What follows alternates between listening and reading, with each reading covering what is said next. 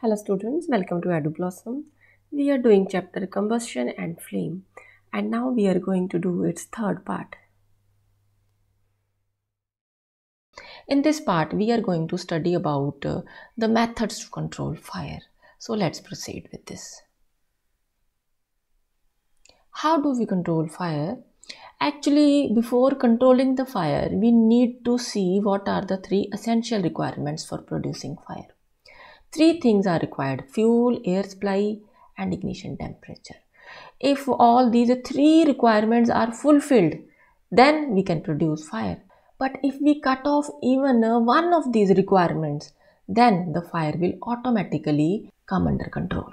But practically speaking, as far as fuel is concerned, it is not possible to always cut off the supply of fuel. For example, if a building is on fire, the whole building acts as a fuel to the fire. So in that case, we cannot cut off the fuel supply. But we can cut off the air supply and we can reduce the temperature below ignition temperature. So by removing any one of these essential requirements, we can douse the fire. And we use different methods to do this. First method to control fire is by using sand. How can we use this method? Simply by pouring the sand.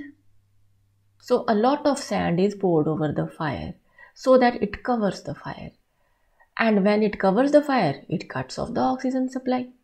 And when the oxygen supply is cut off, automatically the fire is extinguished.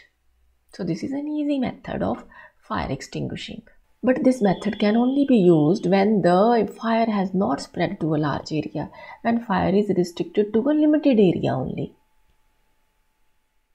Next method is based again on cutting off the air supply by using blanket. So when clothes of a person catch fire, we cover the person with the blanket.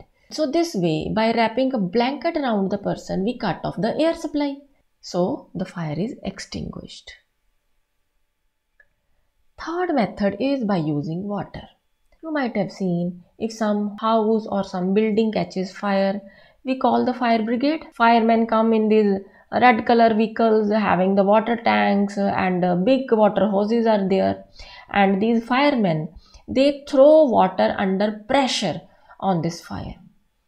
And when the water is thrown on the fire, water covers the combustible substance. By covering the combustible substance or by covering the fuel, it cuts off the air supply.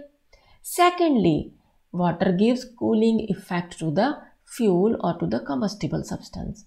By providing cooling effect, the temperature is reduced below ignition temperature. So this way, by cutting off the air supply or by lowering down the temperature, water helps in controlling the fire.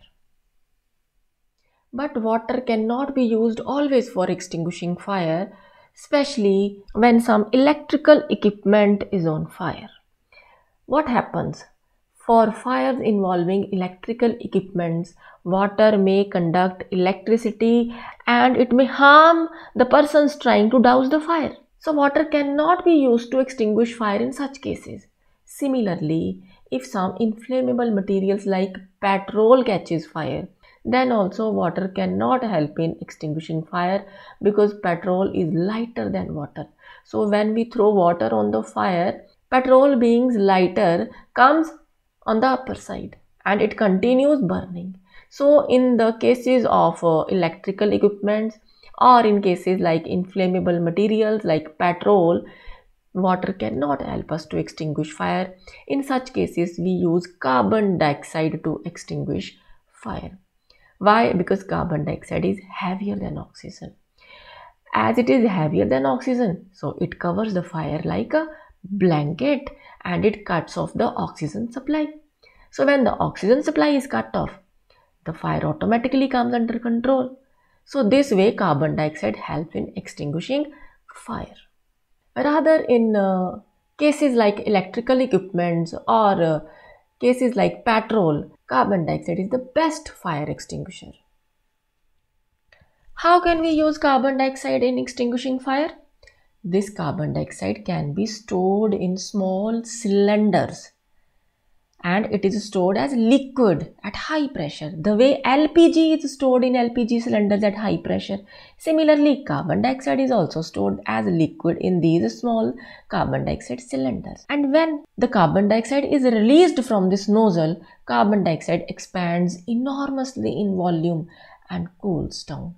Being heavier than oxygen, it covers the fuel, and this way it cuts off the oxygen supply. Similarly, because of its cooling effect, it brings down the temperature of the fuel below the ignition temperature. So once the oxygen supply is cut off and temperature is brought below the ignition temperature, the fire automatically gets extinguished. So this is a very good method of fire extinguisher. These days, it is compulsory or mandatory for all the institutes, schools, offices, and other workplaces to install fire extinguisher in their campuses. One more method can be used to control fire, but this method is used only when the fire has just started. It has not spread so much. So in case the fire starts, we can sprinkle a lot of dry sodium bicarbonate or baking soda or potassium bicarbonate. So substances like baking soda are easily available in our kitchens. So we can sprinkle a lot of baking soda over the fire, and as these chemicals give off carbon dioxide, and then carbon dioxide helps in extinguishing fire. So this is a good method of controlling fire in early stages. So this is all about the methods of fire extinguishing. Let's proceed with the next topic in the next video. Thank you so much.